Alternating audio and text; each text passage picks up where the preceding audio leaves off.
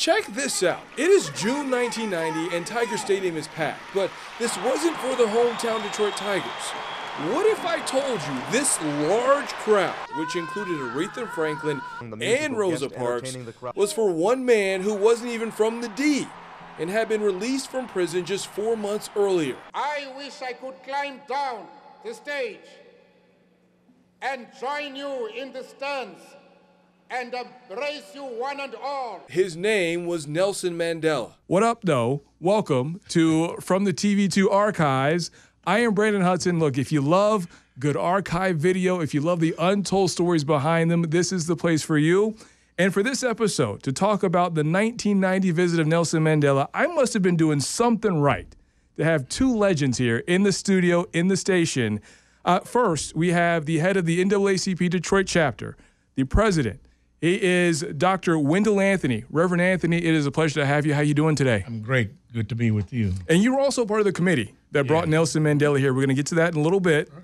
But first, we want to get to our other guest here. Legend here at Fox 2, held this station down for decades. Mr. Huel Perkins. You know what? Call me Huel. Reverend Anthony is the legend. Right. I just covered him.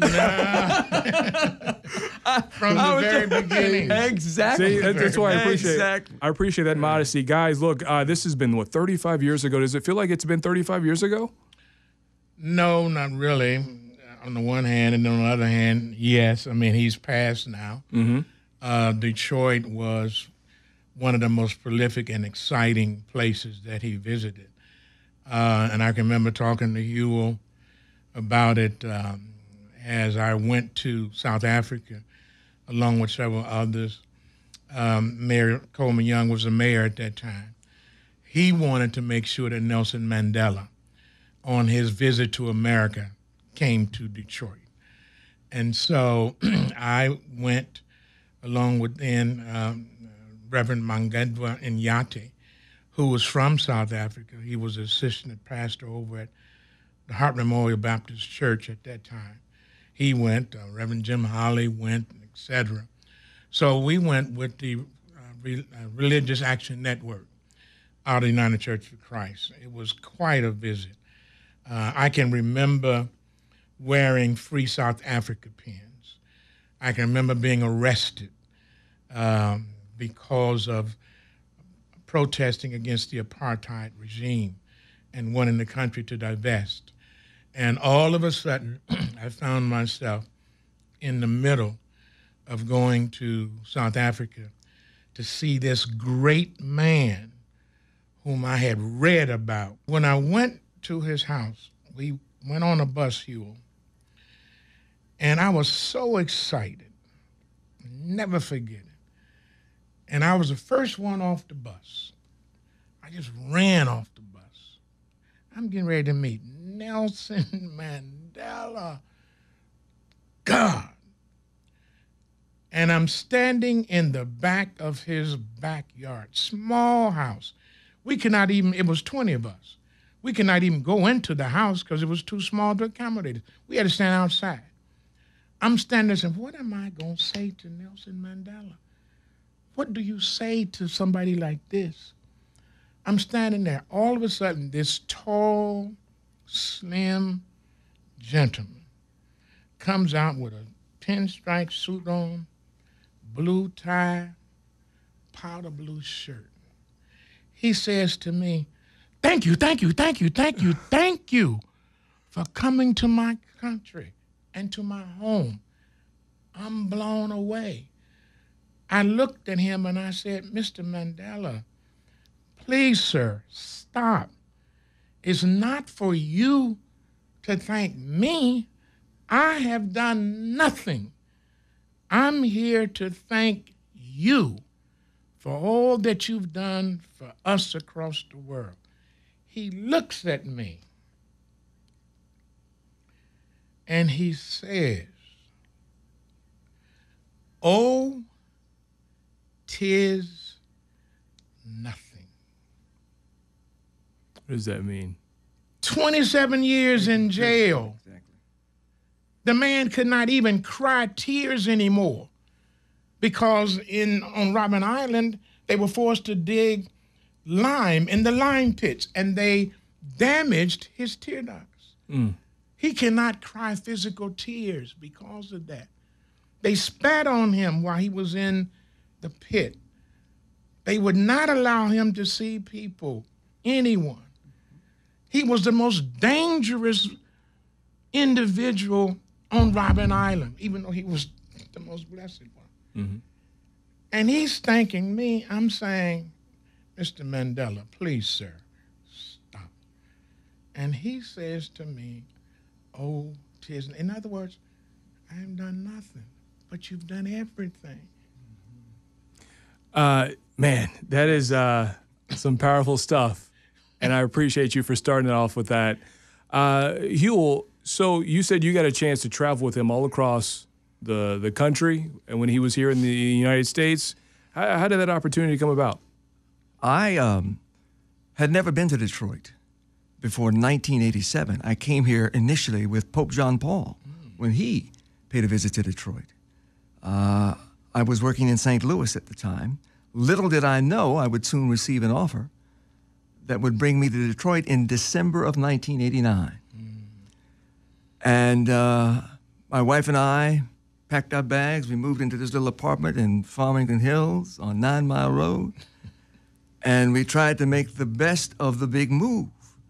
But the best thing that I remember from that time was February 11th, 1990. We're watching TV.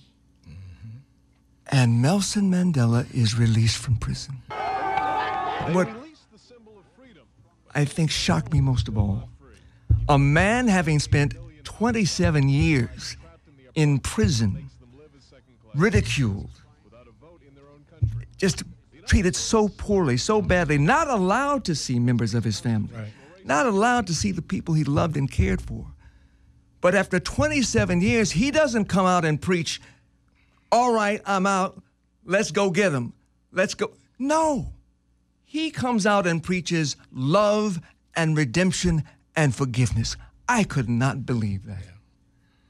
That's his M.O. Yeah, so just, as we get into this conversation here, as you said, Nelson Mandela was released in 1990. He was in prison since 1962, fighting apartheid, which for a lot of people who may not know what apartheid is very similar to what Jim Crow was here in the United States. He was a lawyer. He was an activist. What do you think, and I know you said you read his book, Dr. Anthony, Reverend Anthony. What was it that you feel resonated with you and with the rest of the people here in Southeast Michigan and across the country about Nelson Mandela's struggle? I think his determination, the longevity of a man being in prison in South Africa under the apartheid system. It's also important to note that the people behind the apartheid system came to America and studied American racism and took a lot of that back. I think the fact that he was with the African National Congress and so determined and for doing nothing other than trying to be free.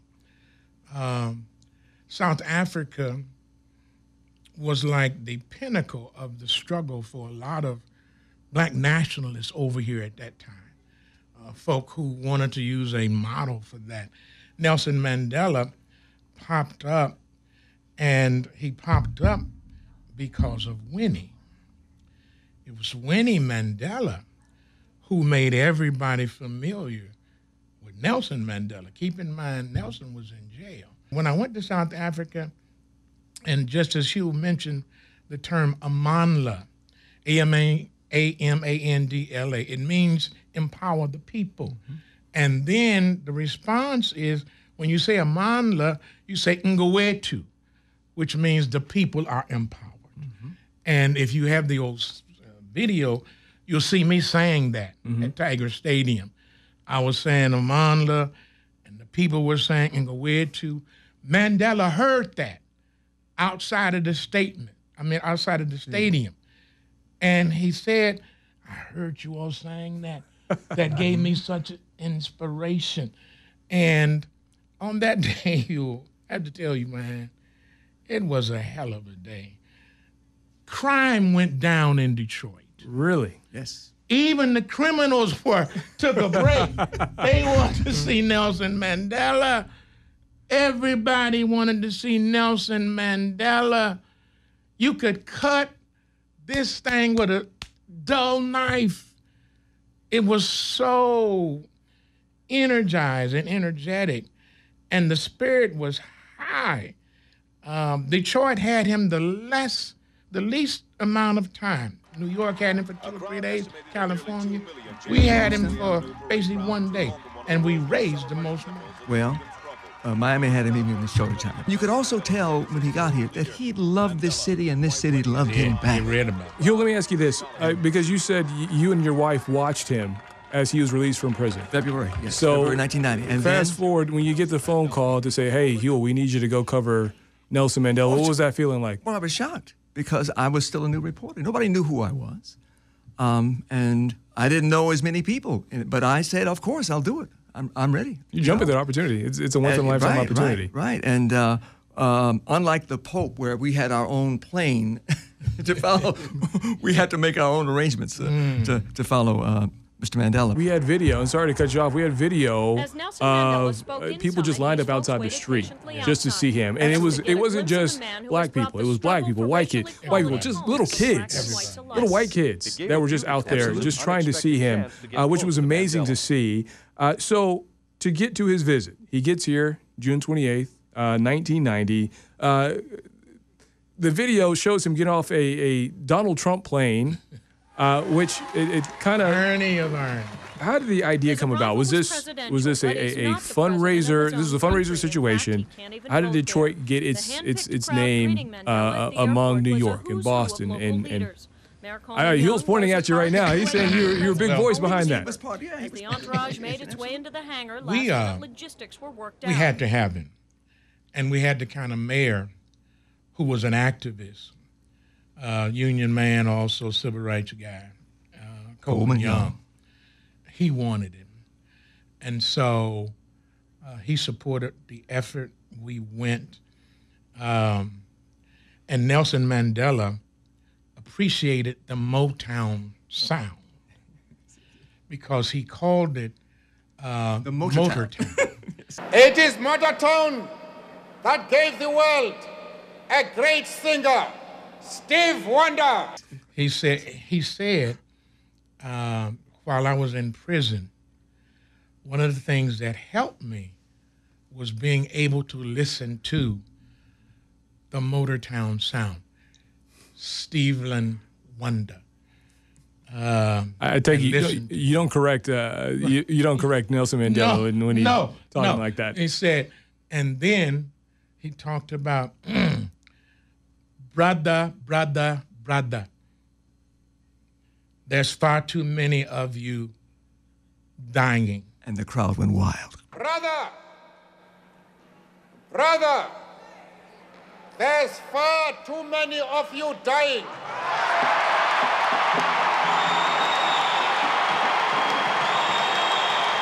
So to hear him quote Marvin Gaye Yes. in Motown, that went off. describe the feeling. I know you said the crowd went wild. Yes. But describe that feeling when you hear him quote a Motown icon like Marvin Gaye. Yeah. Well, it was, again, electric. And it also gave the people of Detroit a sense that, yeah, we knew about Mr. Mandela, but he knew about us. Right. He felt us. He felt us. He knew us. Yeah. And it connected us in a way that was spiritual and I think everlasting. And he's such a humble man. He is. When you're in his presence, you just want to shut up, sit down, and listen. And I tell you this little story. He was in a restaurant in New York. And people, his associates were with him eating dinner. And they noticed this white man who kept staring at Mandela, who just kept focused on him. And it was kind of bothering them because they didn't know what his intentions were. Finally, the man got up and came over to Mandela and said, "Mr. Mandela, how are you?" Mandela stood up and they started hugging. It was one of his jailers. Oh, wow.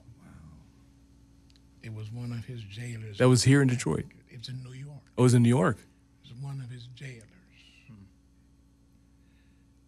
And he said to the people, to his associates, "Don't worry about it. We have long ago reconciled." Wow. We want to get in this Tiger Stadium visit. Yeah. We have a lot of video from this Tiger Stadium visit. A lot of celebrities, Detroit celebrities. You had Aretha Franklin singing there. Rosa Parks was there. Stevie Wonder was there. A lot of other people that probably you guys know. Take me through the planning process, Reverend Anthony, of, you know, you said, hey, so we got Nelson Mandela for this 24, 36-hour period. We want to put on the best show possible. It was a big, excuse me, it was a big committee. The mayor kind of chaired the committee. We were helping to fill in the blanks. The question was how much, who, what, you can imagine how big this was, and everybody wanted a part of it. We had artists, excuse me, we had the artists calling us. Frankie Beverly and Mays called us. Aretha contacted us. We didn't have a problem with contacting artists. They all wanted to be a part of the show. Frankie Beverly and Mays obviously wanted to sing Mandela, their song, which they wrote and dedicated to him. Aretha, the Queen of Soul, hometown, you got to respect her. Right. I mean, so there was no question about that one. And then we had the 1,000-voice mass choir. 2,000. I'm sorry, 2,000. Made up of churches and singers, gospel artists from all around the city. Bishop Edgar Van was in charge of the choir. And they sang and during that time period. I mean, everybody was just geeked. You didn't have to ask people nothing. People were nicer. I mean, they were nicer to each other. I mean, it was like, this is from Mandela. So the planning in terms of how much time we would have, and we got to raise some money. Labor donated, people donated. I think it was Owen Bieber at the time, who was head of the UAW. They were heavily involved because UAW had supported the move against apartheid during the time that he was in jail. And so it's only right and natural that they would be a part of that. So they brought and assisted with raising money. There was material sold because we wanted to give him a gift for the ANC, for the movement. And that was done. And so everybody had a section in this in terms of how we were going to lay out this Mandela visit.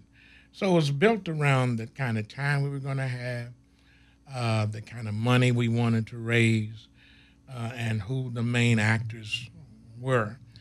And Coleman wanted to make sure that his visit to Detroit would be a signature visit, knowing that he's going to all these bigger cities in some cases, but Detroit is still Detroit. I really think that he liked Detroit better than I agree. Well, I agree. I was there at all of it. Yeah, Hugh, where were you in Tiger Stadium? I was in the back. I think Reverend Anthony was on the stage. Right, of course. Yeah. But I was in the back with a string of reporters, and we were all covering the event.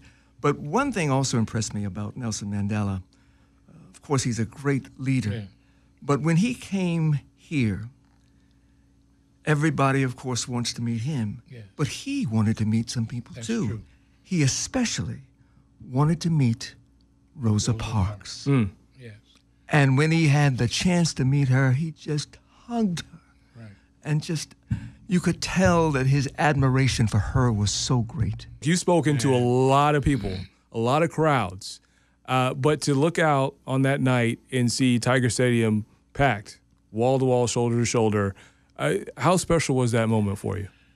I mean, my adrenaline, it's a wonder I didn't explode, man. I mean, it was just so high. I mean, I was up there. Mm-hmm. And trying to inspire people just by expressing Mandela and all of that, it was like a dream come true. And the fact, having studied and read and marched and walked and talked and eulogized Mandela, having been to South Africa, having gone to his home, and now he's here in Detroit. I mean, it just crystallized everything. And the piece that I told you when we opened up about him thanking me for coming to his home, and I'll never, ever forget that. He gave me a gift. When he said that to me, that was special. And I happened to be the only one in the backyard at the time he came out, and we greeted each other. And here he is thanking me. And I've tried to take that and share it with other people to the degree that it's not so much what you say is what you do. And he did it all. Hugo Perkins and I have been together since I first became president of the NAACP, and that's been now going on 33 years ago. And we've had several interviews and all of this stuff. So it's like him being on this journey United Auto Workers with me and me with him. Outside of Tiger Stadium, he did get a chance to talk with, he got to meet, Isaiah Thomas. Yes. He got to meet the union members. Write it down. Keep it in your mind. Isaiah Thomas, who is playing at the best basketball of his life at that time, winning NBA championships. He said that that moment had brought him to tears. Why do you think it was?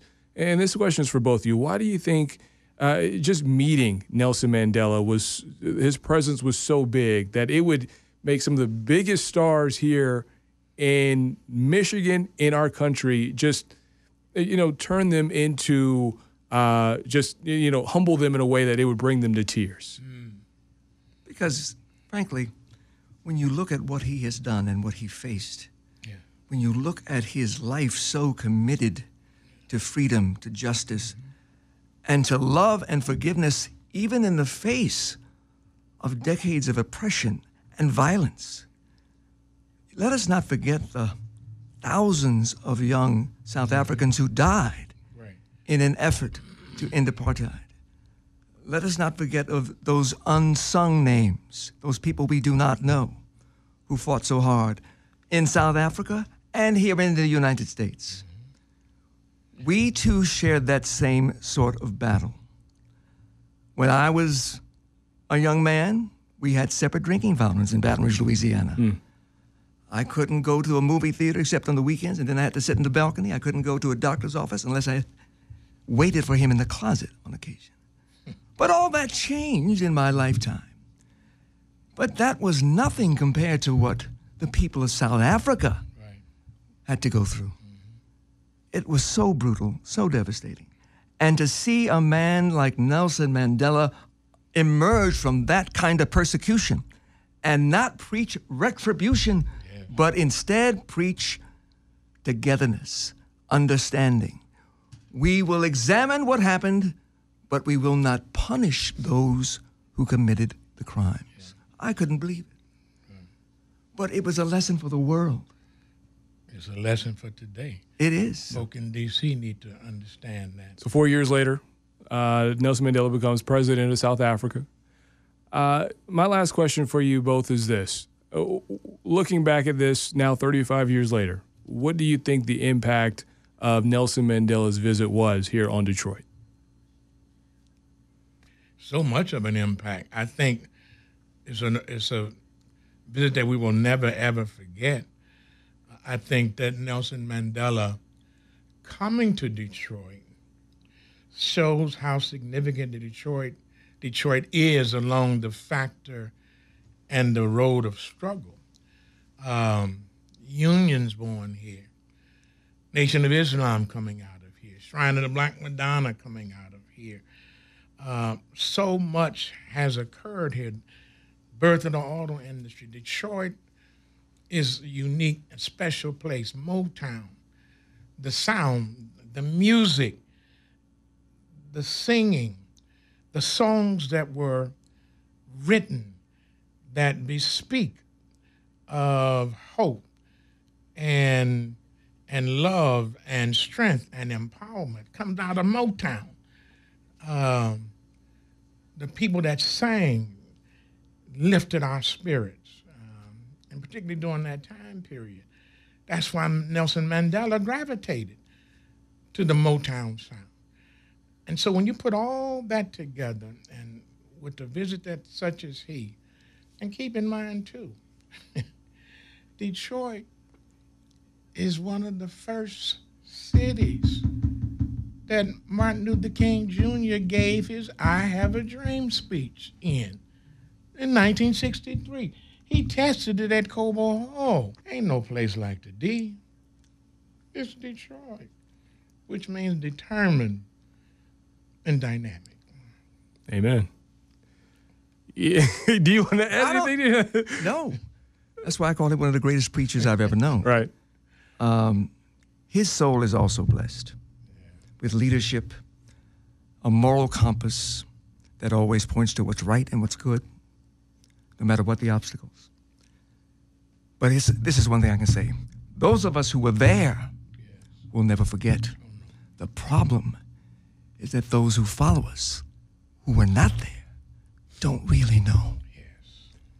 And that is our mission, to somehow bring the message of Mandela to the people of today, here in Detroit, throughout the nation and the world. That's why your podcast. Yeah. Well, hey, look, I truly appreciate this moment, this time we have together. Look, I continue to stand on both your shoulders. So thank you for joining me, and thank you for sharing your stories on Nelson Mandela's visit. That concludes this episode, very powerful episode of From the TV-2 Archives.